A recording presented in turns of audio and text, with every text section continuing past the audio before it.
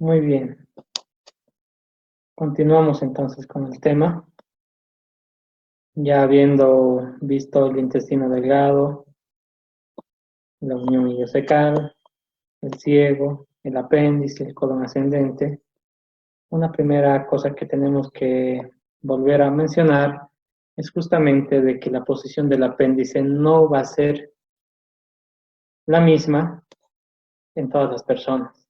Fíjense acá en el cuadro, estamos viendo una pared abdominal y estamos viendo las diferentes posiciones que podría adoptar el apéndice.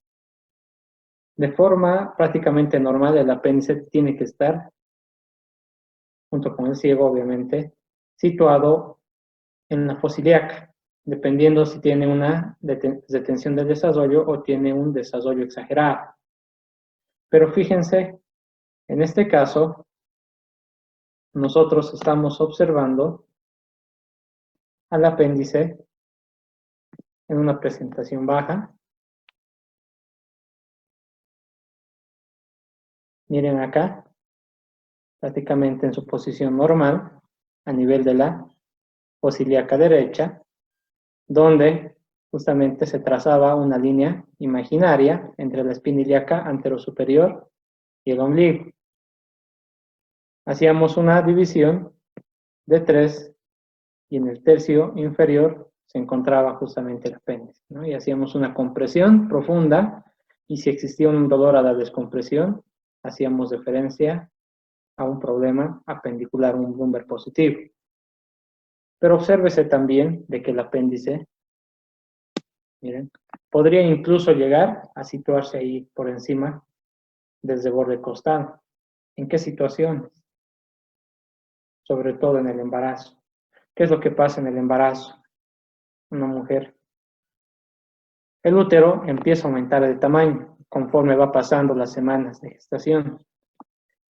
Y a medida que va avanzando, aumentando en este caso el tamaño del útero, va desplazando el ciego y el mismo apéndice para arriba, ¿cierto? Entonces, en una embarazada, prácticamente cualquier tipo de problema apendicular, el dolor no tendría que sentirse a nivel de la fosa ilíaca derecha. En este caso, el apéndice se encontraría completamente ascendido y el dolor tendría que estar muy cerca del hipocondrio derecho. Tenemos también acá una particularidad, que el apéndice, junto con el ciego, se encuentra a nivel de la fosa ilíaca izquierda. Esto ya estamos viendo una inversión del intestino, ¿no es cierto?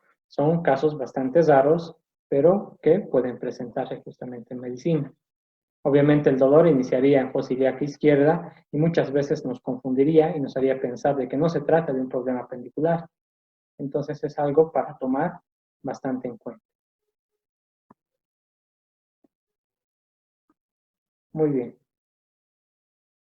Entonces, habiendo visto ya las estructuras mencionadas, el apéndice, el ciego, el colon ascendente, nos toca ahora observar las flexuras cólicas.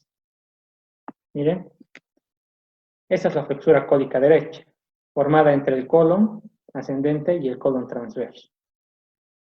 Nos dice que tiene una situación más baja, mucho más superficial que la izquierda.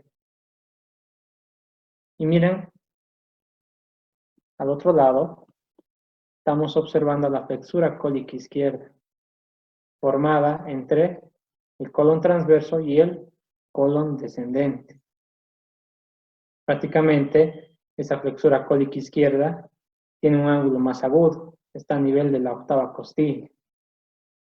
Entonces aquí tiene una diferencia bastante singular, que de la flexura cólica derecha a la izquierda, el colon transverso empieza a ascender ligeramente. No se encuentran a la misma altura. Prácticamente la flexura cólica derecha se encuentra a nivel de la 10ª costilla y la izquierda se encuentra a nivel de la 8ª costilla. Muy bien. Entonces seguimos.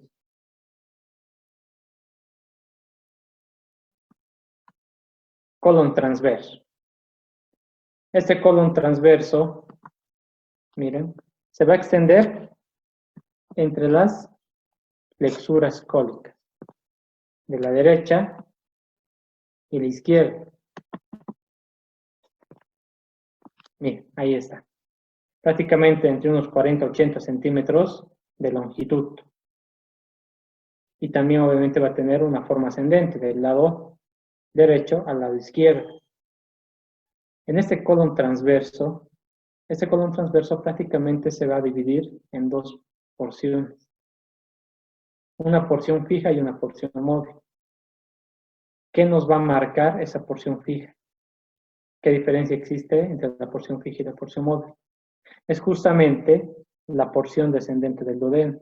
La porción descendente del duodeno prácticamente ingresa a ese nivel, ¿ya? Y nos divide en una porción fija y una porción móvil.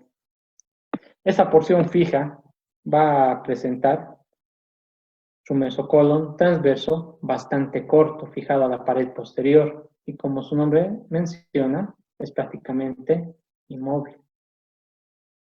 En cambio, la parte móvil va a presentar un mesocolon transverso mucho más alargado, también obviamente fijado hacia la pared posterior, pero le va a otorgar mayor movilidad a este segmento del intestino grueso, que es el colon transverso. Entonces, si yo les pregunto, el colon transverso se divide en una porción fija y móvil. ¿En base a qué estructura? En base a la segunda porción del duodeno. Ahí estamos bien. Una vez observado el colon transverso y la flexura cólica izquierda, nos toca observar al colon descendente. Este colon descendente es mucho más corto que el colon ascendente y hablando también del colon transverso. Este colon descendente se va a extender desde esta flexura cólica izquierda hasta el nivel de la cresta ilíaca. Ya en el libro de Zubier nos habla a nivel de la abertura superior de la pelvis. Prácticamente estamos haciendo en este caso referencia al límite superior de la pelvis.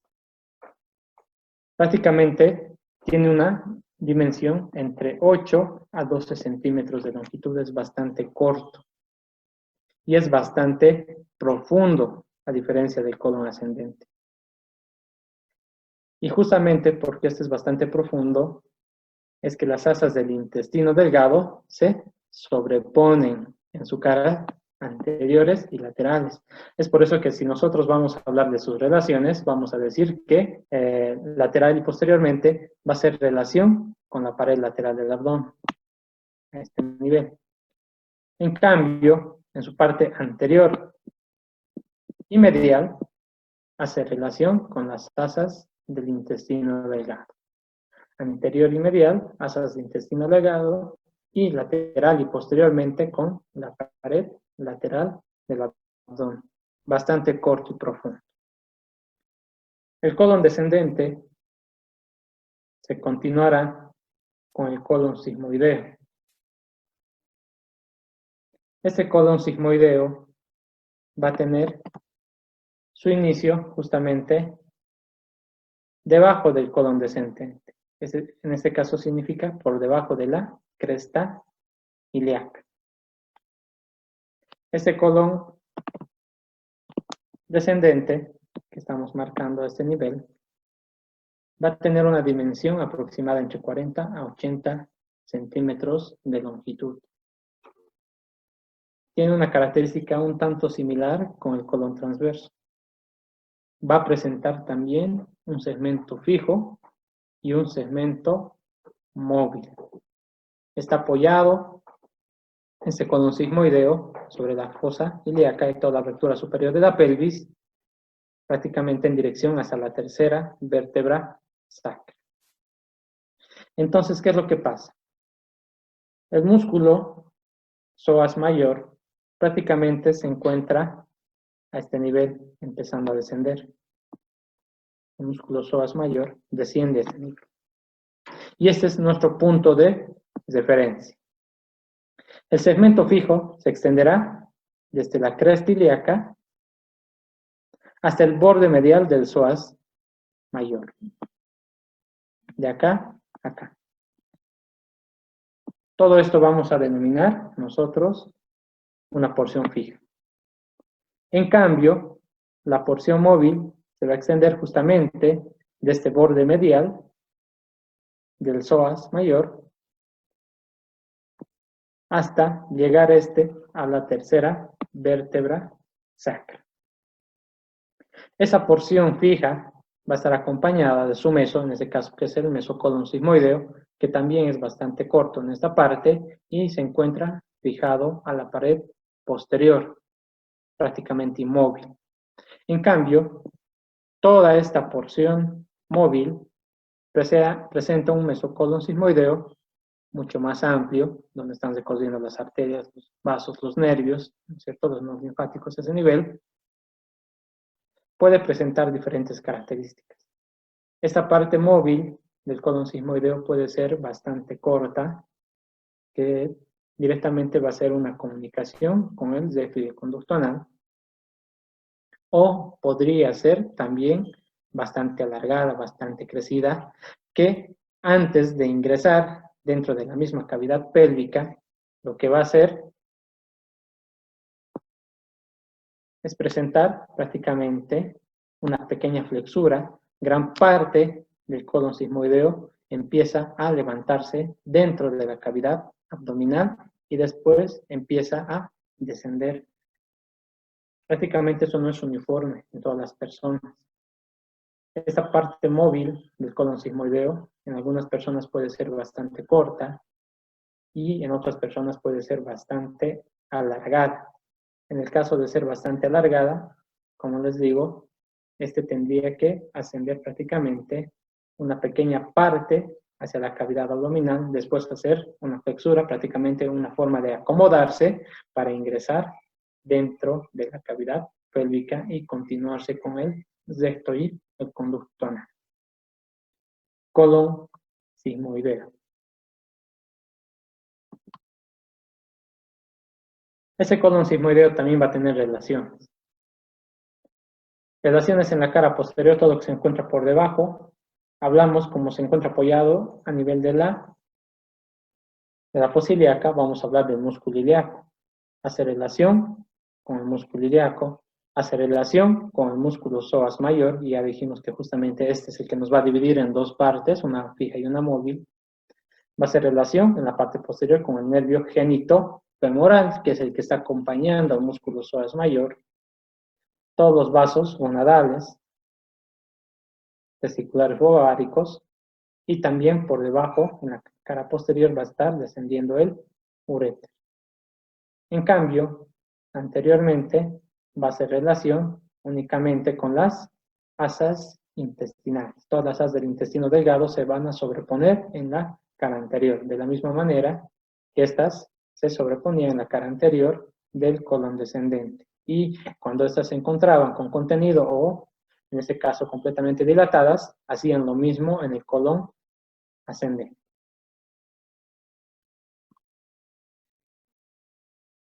Entonces nos vamos a esta parte que es importante. Volvemos a mencionar todo lo que habíamos visto. Volvemos a hablar de arterias. Irrigación de todo el intestino grueso. Las arterias mesentéricas. La superior y la inferior. De ahí en la superior ya hemos hablado de las arterias cólicas, la iliocólica, cólica derecha media, ¿no es cierto? Con sus ramas ascendentes, descendentes, los arcos paracólicos, cecales anteriores, posteriores, la apendicular para el apéndice vermiforme, ¿no es cierto? La arteria marginal del colon que va a dar irrigación, todo el colon transverso, las cólicas izquierdas que agarra parte inicial del colon descendente, la flexura cólica izquierda, ¿no es cierto? el tronco sigmoideo, que nos va a ir a dar irrigación en forma proporcional en la parte superior, media e inferior del colon sigmoides, una arteria rectal superior, ¿no es cierto? Todo lo que corresponde a mesentérica superior e inferior. Inervación. La inervación basada por el plexo celíaco, ya dijimos que existía una intercomunicación del plexo mesentérico con el plexo celíaco también, ¿no es cierto? Y eso nos daba la cronología de Moore, sobre todo hablando de una apendicitis aguda, donde el dolor iniciaba a nivel de epigastrio, migraba a mesogastrio para después terminar en la fosa ilíaca derecha, ¿no es cierto? Esto tiene que ver mucho con la intercomunicación. Plexo mesentérico inferior. Vamos a ver al plexo mientérico, como su nombre menciona. Se encuentra esta parte nerviosa por dentro de la parte muscular del intestino grueso. Esta tiene que ver con el peristaltismo, con el movimiento intestinal. Este plexo mientérico es muy, muy importante. Si tenemos nosotros,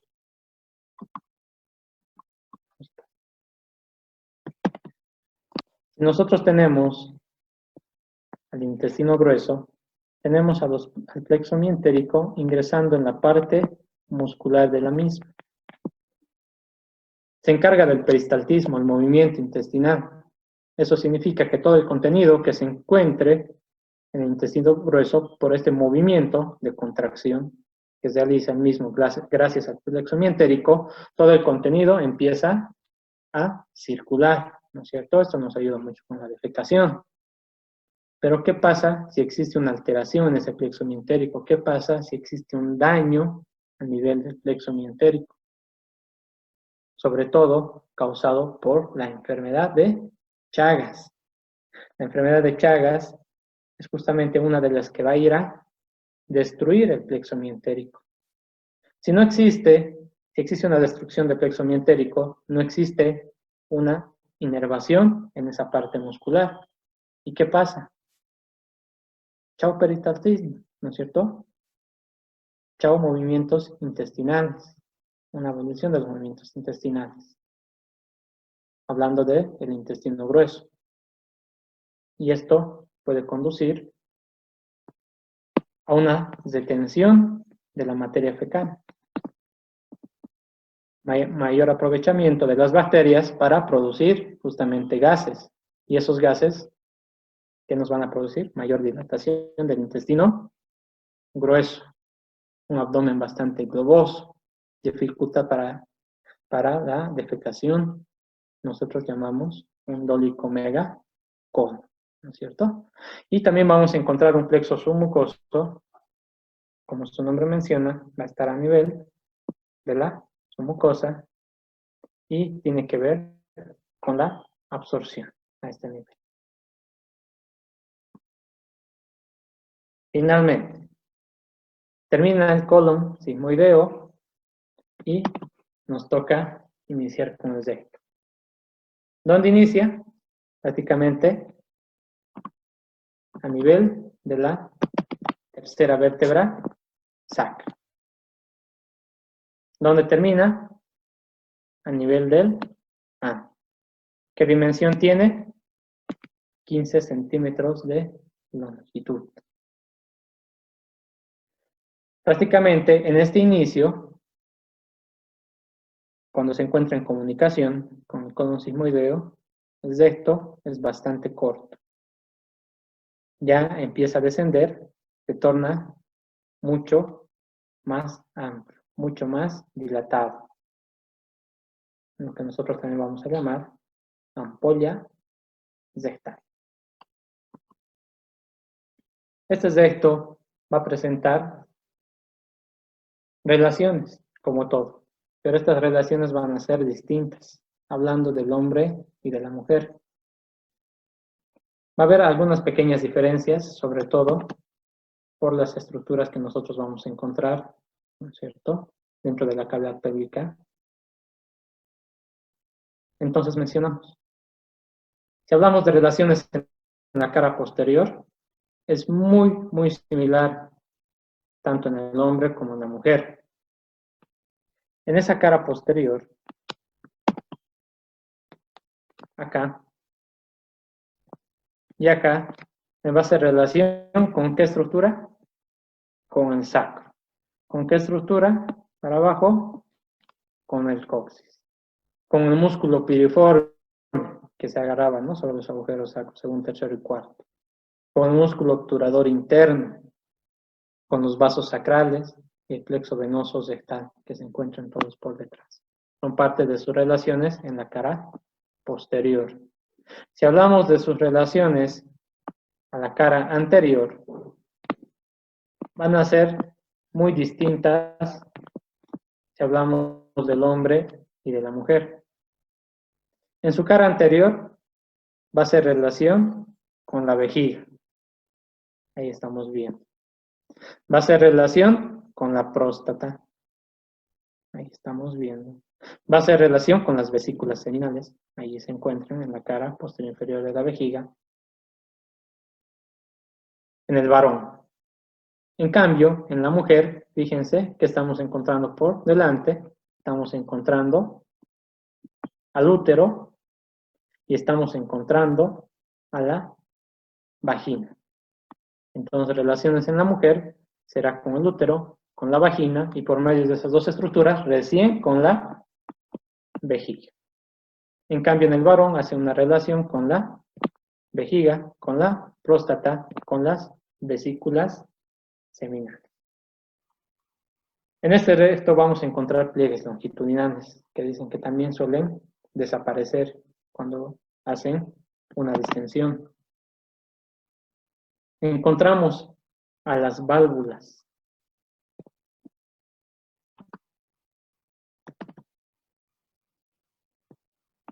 Miren, encontramos a las válvulas a ese nivel, que prácticamente son el número de 3, una superior, una media y una inferior, que tienen características longitudinales, son prácticamente transversas, de forma intercalada. Una se encontrará acá, hacia el lado izquierdo, otro a la derecha, y nuevamente otro al lado izquierdo. Y de esa manera podemos dividir en una superior, una media y una inferior. A este nivel, en la configuración interna, prácticamente tenemos una zona mucosa y una zona cutánea. ¿Qué encontramos acá? Estamos encontrando estas pequeñas columnas verticalizadas, que son las columnas anales. Entre esas columnas tenemos pequeñas dilataciones que se llaman los senos anales. Tenemos epitelios de transición. Por debajo encontramos a todo el pecten. Miren, por debajo del pecten anal encontramos una pequeña línea, que es la línea anocutánea. Todo lo que se encuentre por encima prácticamente va a estar desprovisto de folículos pilosos. En cambio, lo que se encuentre por debajo, que es parte de la zona cutánea, en continuación con el ano, pasando por ese epitelio de transición, ya estamos viendo un recto que sí va a presentar folículos pilosos. Esto es parte de la configuración interna del recto.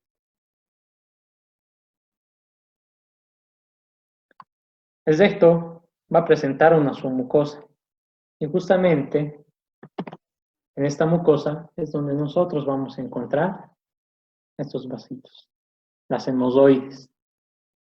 Miren, son estos de acá. Ahí está. Las venas hemozoidales.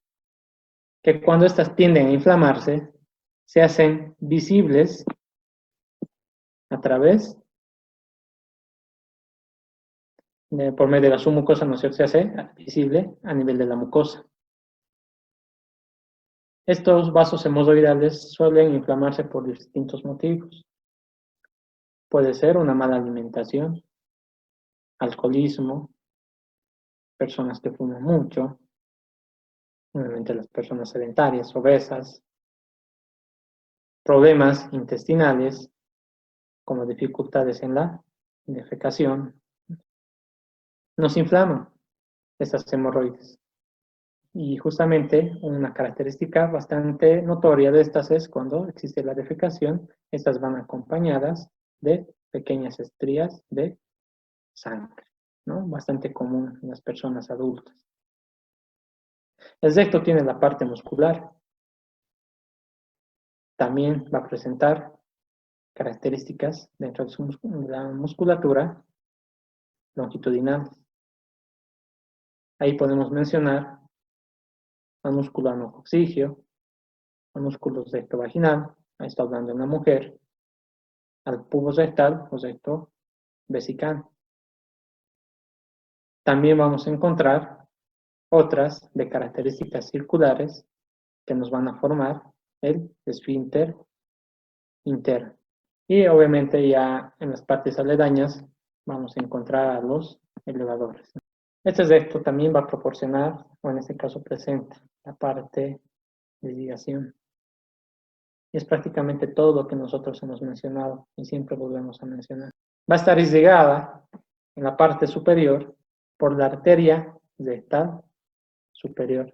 Y ahí se ve, ¿no? Y esta rectal superior proviene de la arteria mesentérica inferior. Va a presentar irrigación de la arteria, toda esta parte media, rectal media, que proviene de la arteria ilíaca interna. Y por último, va a presentar también una irrigación de la arteria rectal inferior, que en este caso proviene de la ramita de la arteria pudenda interna. Y junto con ella van a acompañar como satélites las mismas venas.